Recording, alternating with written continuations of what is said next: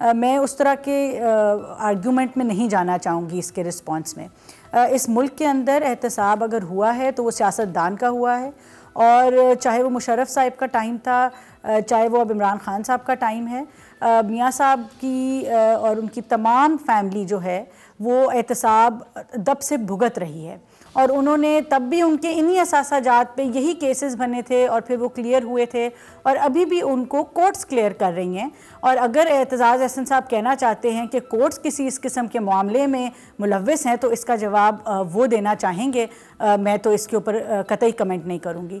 تو یہ آپ ان سے کلیریفیکیشن لیں کہ یہ اگر NRO تھا یا کوئی سودے بازی تھی تو پھر اس میں اس کا مطلب ہے کہ ہائی کورٹ جس نے اجازت دی ہے وہ کیا ملوث تھی. تو اس طرح کے کامنٹس نہیں کرنے چاہیے, اور میرے خیال سے کہ بالکل اس ملک کے اندر ایک انتقامی کارروائی جو ہے اس کا عمل جاری ہے اور مسلسل جاری ہے. آج بھی ہماری ہی پارٹی ہے جس کے زیادہ تر لوگ جو ہیں وہ زیر حراست ہیں, اور آپ نے کبھی صاحب کا خاندان آپ کی پارٹی نے تمام اپنی پیشیاں پروٹیسٹ کیا ہے پیپلز پارٹی کی لیڈرشپ سے؟ آج بھی حمزہ شہباز صاحب کہ یہ ہم دونوں قریب ہونے کی کوشش کرتے ہیں, اعتزاز احسن ہمیں چور کہنا شروع کر دیتے ہیں. نہیں جی دیکھیں, اعتزاز احسن صاحب کی میرے خیال سے بات کی اتنی زیادہ اہمیت نہیں ہے کہ وہ لیڈرشپ جو ہے وہ اس کو آپس میں ڈسکس کرے. ٹھیک ہے, ان کا ایک ذاتی ویو ہے, میرے خیال سے وہ پارٹی کا ویو نہیں ہے. اگر وہ پارٹی کا ویو کسی لمحے ہوا اور وہ ڈسکشنز میں آیا تو وہ تب دیکھی جائے گی. لیکن بات یہ ہے کہ یہ کہہ دینا جو ان کا بیان ہے, یہ کہہ دینا کہ NRO اور یہ دیکھیں آج بھی ان کا بھتیجا جس نے کبھی پبلک آفس ہولڈ نہیں کیا وہ زیر حراست ہے, دوسرا بھتیجا زیر حراست ہے, اور میرے خیال سے حمزہ صاحب کو اس وقت سب سے زیادہ ٹائم ہو گیا ہے. خواجہ سعد رفیق صاحب ہیں, اب احسن اقبال صاحب ہیں, عباس شریف کے بیٹے آپ, ٹھیک ہے نہیں جی, یوسف عباس صاحب بھی ہیں اور حمزہ شہباز صاحب بھی ہیں, بالکل. تو دیکھیں پوری ان کی بیٹی جو ہیں وہ ابھی بیل کے اوپر باہر آئی ہیں, اب بعد میں پھر ان کے کیسز سسپینڈ ہو جاتے ہیں کیونکہ یہ لوگ کسی بھی قسم کا کوئی پروف نہیں دے سکتے. احسن اقبال صاحب کا تو اتنا مزاحیہ ریمانڈ لیا گیا ہے کہ ہم نے آپ کی ہینڈ رائٹنگ چیک کرنی ہے, ہمیں 14 دن کا ریمانڈ چاہیے. تو مطلب جج صاحب بھی ہنسنا شروع ہو گئے. اس قسم کی کارروائی جو ہے انتقامی کارروائی اس ملک کے اندر چل رہی ہے.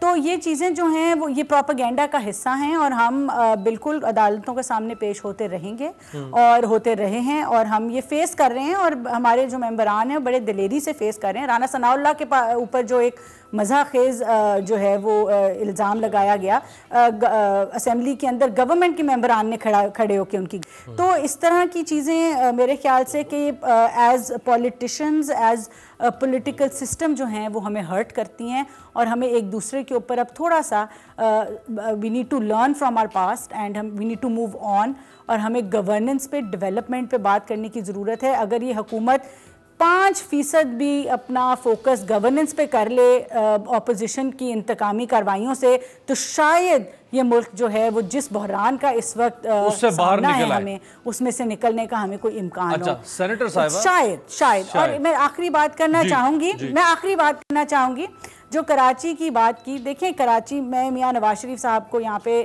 یقیناً پچھلے 1.5 سال تو نکال دیں, پچھلے دور کے اندر جو کومنگ آپریشنز ہوئے اور جو سیکیورٹی کا نظام جو ہے وہ اس ملک کے اندر بہتر ہوا.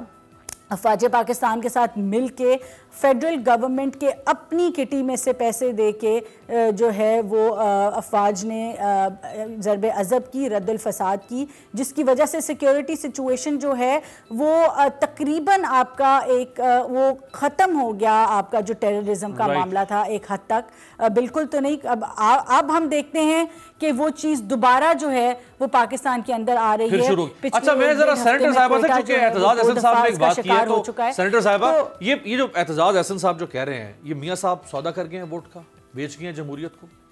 دیکھیے بات یہ کہ اعتزاز احسن صاحب ایک سینئر ممبر ہے, مجھے تو ان کے پاس جو انسائٹ ہوگی یقیناً وہ میرے پاس تو نہیں ہے. دیکھیے بات یہ ہے کہ میں یہ سمجھتی ہوں کہ اپوزیشن لیڈر کی غیر موجودگی دیکھیے بہت سے ابہام پیدا کرتی ہیں. اور پھر یہ کہ جو اس پورے پروسیس کے اندر اگر کنسلٹیشن ہوتی تو میرے خیال میں شاید اس قسم کی کسی سٹیٹمنٹ کا جواز پیدا نہیں ہوتا. اب میں تو اس پوزیشن میں نہیں ہوں کہ میں اس سٹیٹمنٹ کون سا NRO کا پروسیس ہوا ہے, کوئی ڈیل کا پروسیس ہے کیا؟ دیکھیں بات یہ ہے کہ اب جس قسم کے میں کہتی ہوں کہ آپ بالکل اعتزاز حسن کی اسٹیٹمنٹ کو ایک طرف رکھتے ہیں، آپ خواجہ آصف کی اسٹیٹمنٹ کو ایویلیویٹ کریں، آپ یہ دیکھیں کہ وہ کیا کہہ رہے ہیں، آپ ان آوازوں کو دیکھیں جو پی ایم ایل این سے آ رہی ہیں، آپ ان کو دیکھیں تو دیکھیں ابہام جو ہے وہ خود اندر سے پیدا ہو رہا ہے. اگر یہ خواجہ آصف صاحب کی اسٹیٹمنٹ نہ آتی، اگر باقی ممبران کی نہ آتی اور شاید خاقان عباسی صاحب نہ بات کرتے تو شاید اس قسم کا ابہام نہ ہوتا. یہ ابہام جو ہے یہ جو اپنی اندرونی اسٹیٹمنٹ ابہام کیا کہ کوئی there is something fishy، کوئی گڑبڑ ہے. دیکھیں یہ لگ رہا ہے نا کہ جیسے ممبرز کی آپ جو آوازیں سن رہے ہیں تو اس پہ پھر جس طریقے سے آ رہا ہے کہ اوت لیا گیا، یا یہ دیکھیں یہ باتیں تو ساری میڈیا پہ آ رہی ہیں، جو کسی قسم کو جو کنکلوڈ کیا جاتا ہے، جو کنکلوڈ کیا جاتا ہے وہ اسٹیٹمنٹ سے کیا جاتا ہے. اور پیپلز پارٹی کو یقیناً ایک گلہ ہے کہ آپ نے اگر کوئی ڈیسیژن لینا تھا تو پھر آپ کو چاہیے تھا کہ آپ اپوزیشن پارٹی سے کنسلٹیشن پہ کرتے، آپ کرتے تاکہ پھر غیر مشروط جو غیر مشروط آپ نے پہلے اعلان کیا، پھر اس کے بعد یہ ہوا کہ ایک میاں محمد نواز شریف کا صاحب کا لیٹر آیا، پوری ایک جو سچویشن تھی، ایک جو اسٹرینتھ تھی نا اپوزیشن کی، وہ اسٹرینتھ جو ہے وہ کمپرومائز ہوئی. یہی بات مولانا فضل الرحمان صاحب دیکھیں، ہاں وہ کمپرومائز ہوئی اور we were not even in a position کہ ہم جو امینڈمنٹس لانا چاہ رہے تھے کہ ہم ان کو لے آتے. اگر جوائنٹ اپوزیشن ہوتی تو شاید بہتر طریقے سے قانون سازی تو کرنی تھی، کیونکہ قانون سازی سپریم کورٹ کا آرڈر تھا، وہ کرنا تھا. اور وقت ختم ہو جائے گا. نقوی صاحب یہ جو ڈیوائیڈ اینڈ رول والا تو نہیں کوئی یہ سینیریو لگ رہا، یعنی پیپلز پارٹی اور نون لیگ میں بھی اگر یہ ایک عدم اعتماد ہو گیا ہے، آپ کا اور ایم کیو ایم کا آپس میں ہو گیا ہے، یہ کیا نیا سینیریو بن رہا ہے نقوی صاحب؟ جی دیکھیں، میں سمجھتا ہوں میں آپ کے پروگرام کے آغاز پہ جاؤں گا. سب سے پہلے تو یہ دونوں پارٹیاں حکومت میں رہی ہیں، تیسری فوج رہی ہے. یہی وہ لوگ ہیں جن کو جواب دہ ہونا کہ پاکستان 70 سال میں اس پی ٹی آئی میں بھی آتے وہی لوگ ہیں جو حکومتوں میں رہے. ہمیں تو 16 ماہ ہوئے ہیں جس کا وہ جواب نہیں دے سکتے. اس سے کہ یہ دور جو ہے وہ کرپشن سے بالکل اس ملک نے جو پسماندگی کی سب سے بڑی وجہ ہے وہ کرپٹ حکمران. بی آر ٹی کی صرف کروا دے، تحقیقات میں مان جاؤں گی، باقی کرپشن کی بات اور جہاں تک یہ بات کرتے ہیں تو وہ جو بات میں نے پہلے کی تھی وہ یہی کی تھی کہ لڑکانہ میں تو ایم کیو ایم کی حکومت نہیں تھی، خیرپور میں تو حکومت نہیں تھی. اور جہاں تک ان پارٹیز کے آپس کا تعلق ہے تو جس طریقے سے نواز شریف صاحب نے فیصلے کرتے ہیں اپنے انڈیپینڈنٹ، وہ نہ پہلے الائز کو لے کے اپنے ساتھ چلے ہیں، نہ پہلے بھی اسی لیے وہ ایک دوسرے کی لاش گھسیٹنے کی بات کرتے تھے. یہ تو صرف مل جاتے ہیں کرپشن کو ابو کو بچانے کی تحریک کے اندر. ابھی تو ابو کو کوئی اور بچا رہا ہے، ابھی تو ابو کو کوئی اور بچا رہا ہے. کھیلنے پہ یقین وہ کون سا ابو ہے؟ آپ بتا دیں نا، وہ کون سا ابو ہے کوئی اور بچا رہا ہے؟ وہ ابو کو جو بچانے والے، جو ابو کو بچانے والے ہیں وہ بھی پتہ چل جائے گا. ابو بھی بچ رہے ہیں، پاپا بھی بچ رہے ہیں، دونوں کا مسئلہ یہی چل رہا ہے. یہ آ گیا واپس ابو. شہزاد بھی خوش ہو گئی ہیں، ابو کا نام سن کے شہزاد بھی خوش ہو گئی. واپس نہیں آئے ہیں، آپ لوگوں کے پاس جواب نہیں ہے. نہیں ہمارے پاس تو جواب ہے. آپ نے بولا ابو کی بات کی تو میں یہ سمجھتا ہوں کہ نواز احسن صاحب نے جو بات کی ہے وہ بڑے کھل کے کی ہے، بڑے صاف طریقے سے کی ہے. بہت بہت شکریہ، میرا وقت ختم ہو گیا. بہت بہت شکریہ نقوی صاحب، شہزاد فاطمہ صاحبہ، سینیٹر سحر کامران صاحبہ اور میاں عتیق صاحب. آپ سے ملاقات ہوگی اگلے ہفتے.